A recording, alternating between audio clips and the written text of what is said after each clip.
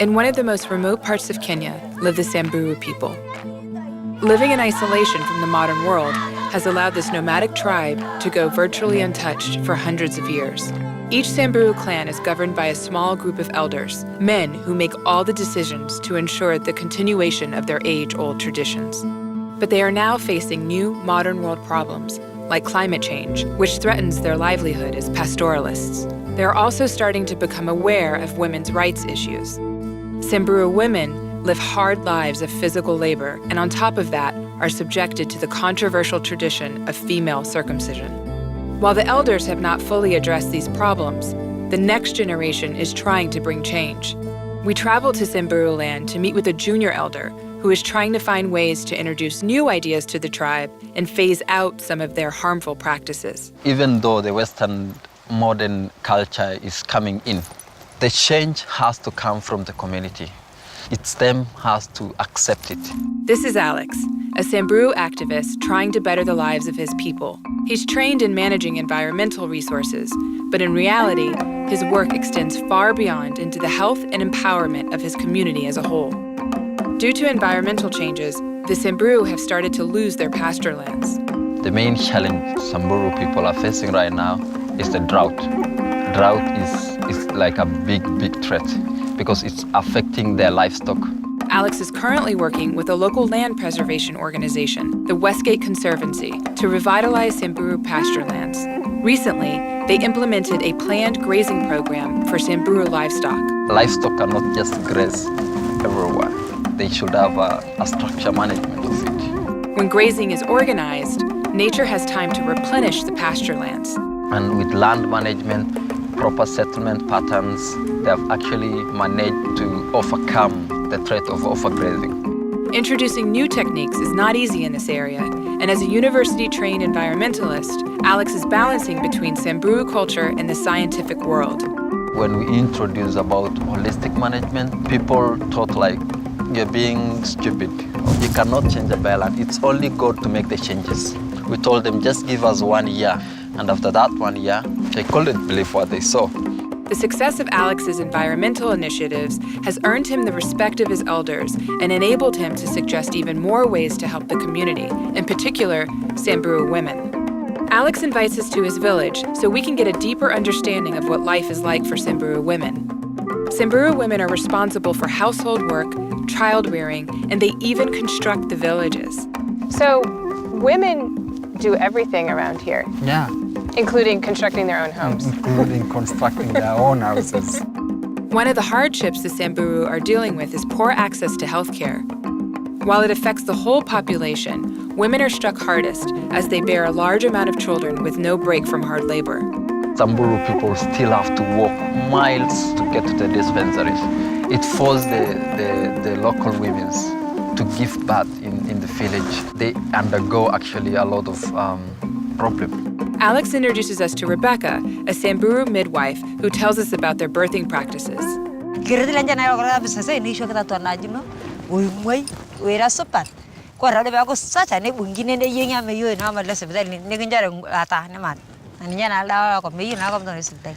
Rebecca shares some of the traditional techniques used during delivery. Oh my God. Okay. This sounds like it's very loaded. I don't even know about it. In case that the placenta is taking some delays, then you coil your bead like that. Yeah, and put it on our stomach. Then it forces the placenta to go out. Wow. Yeah, being lady, they practice, they tell you that, and sometimes they can show you because ladies are allowed to see. But not the men. Not the men are always not around. Have there ever been any births that she's been a part of where either the mother has passed or the child?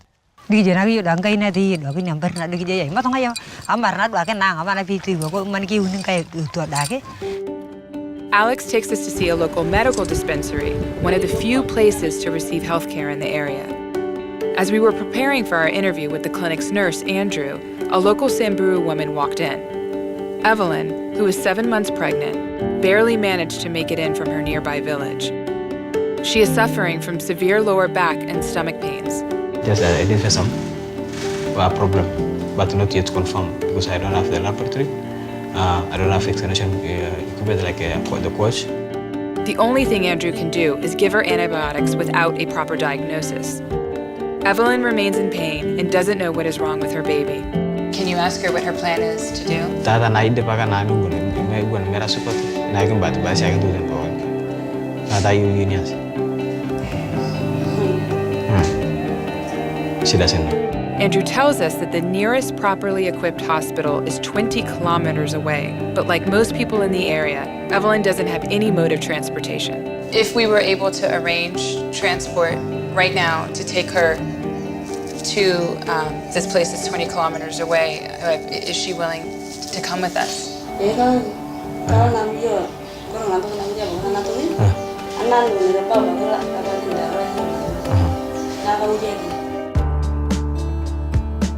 We popped in our car. We're taking Evelyn right now to get looked after at a better hospital.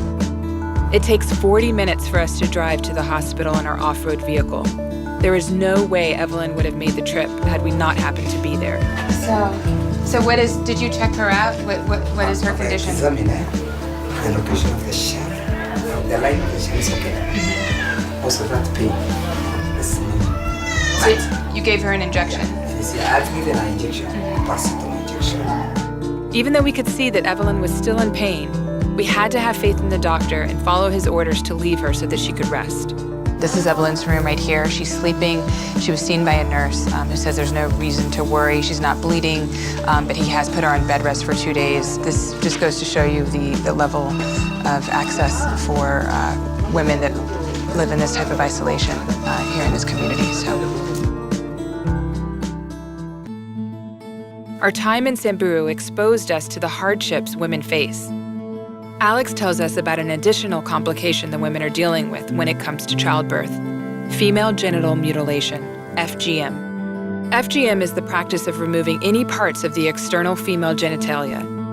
It's a cultural practice that is done for non-medical reasons. Even though it's illegal in Kenya, it largely goes undetected in Samburu land due to the region's remote location. We got some tribes which they don't do circumcision. Like they can give birth today and tomorrow she's normal. But I've seen Samburu women when they give birth, they can spend like 1 to 2 weeks just not even moving. We wanted to find out more about this complex issue. After a few days of trying, Alex managed to arrange a sit-down with the elders of the community. He warned us that FGM is a very sensitive subject and would have to be approached with tact, especially as an outsider.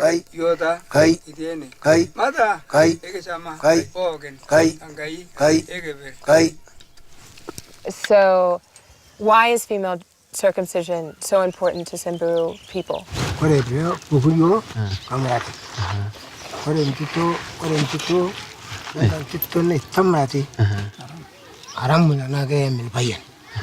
Ngiri kinu mungkari ni ore na ya mampartut na sanane ja na ga ito mai tanani na ga na kana Wota na mamrata. ma yolo nani ta na mamrata amon tito na na ga me na ta me ga ta ya na ja am ga ka ta ri na amari da to banja mamrata nto Quack.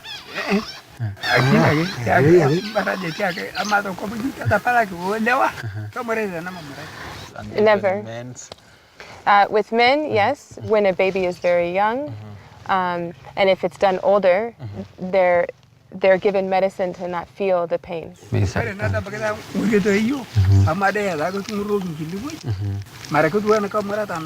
Kanya nyoko dakin kini wong kitok taninje. Me ata ninje ndong na jinkini wong ki abakin kini na wen kanya nyoka gini akini. O sapo. Kanya nyoka kasa ke. Sesen lenye. Despite being against female circumcision, as a junior elder and active member of the community, Alex has to work within the tribe system to try and make women's lives easier. It's a very difficult path to navigate. Alex realized he could use his environmental work to empower women in a way the tribe can accept. He decided to employ women to work with the program. This would not only aid him with improving the land, but also improve the women's financial situation. If Samburu women make their own money, over time they will become equals within the community. Alex recruited women to clear the land of acacia trees. Compared to their long-term project of planned grazing, clearing the land of acacia trees is a more immediate solution for saving pasture lands. Acacia reforestation has actually covered like 70 to 80% of the land. And all the places covered with acacia reforestations are associated with bare grounds. Alex takes us to see an area where acacia have been cleared. We cleared all that area, and you can walk like 1 kilometer further down, and you can see more cleared area. When you get rid of acacia trees, how does that make the land more productive? When you cut out acacia reforestation, you lay all the branches on the ground, and we put seed inside those branches, because seeds actually grow very well because they got a small shade, and it also prevents water from running off. So it just prevents the soil from being eroded. The project has yielded some wonderful results that can be observed during the rainy season. The whole place turned into a very productive land. The grass that you planted shoot, but also the indigenous perennial grass that are lost before came back, because the land is very healthy now. And as a result of more grass being grown here, what does that mean for the community? Our livestock, which is very, very important. Actually, it's the #1 economic resources we have. We wanted a healthy land, healthy grassland for our desirable livelihoods. What started as a conservation project also began to have a positive effect on the local women, who are able to make their own income by clearing land and harvesting acacia seeds. We pay them 800 shillings per bag. I can remember a lady pocketing about 24,000 Kenyan shillings. That's enough to buy a car. Being employed has given women the kind of power they never had before. Alex introduces us to women who work for the project.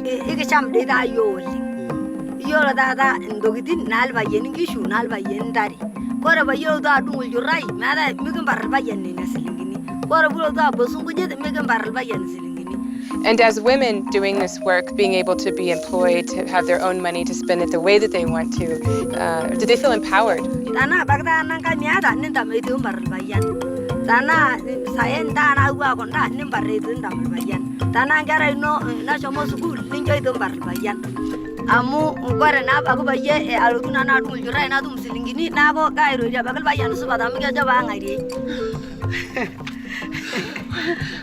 My husband won't be rude to me like the way he used to be.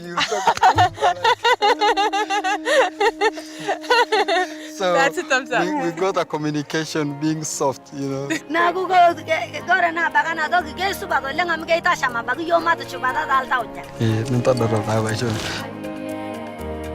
After meeting with different members of the tribe, we could see that changing old traditions would have to come from inside their culture.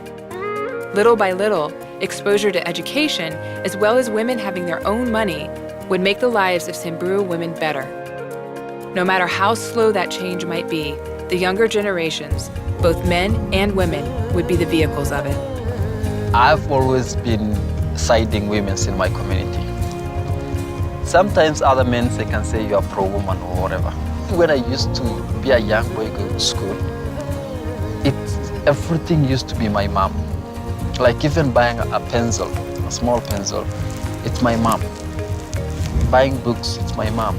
So when women in my village start to engage into those activities that used to bring a little income to a woman, I've always been in the forefront to help them. It's always in my heart, like empowering a woman is empowering the whole Samburu community, society. Yeah.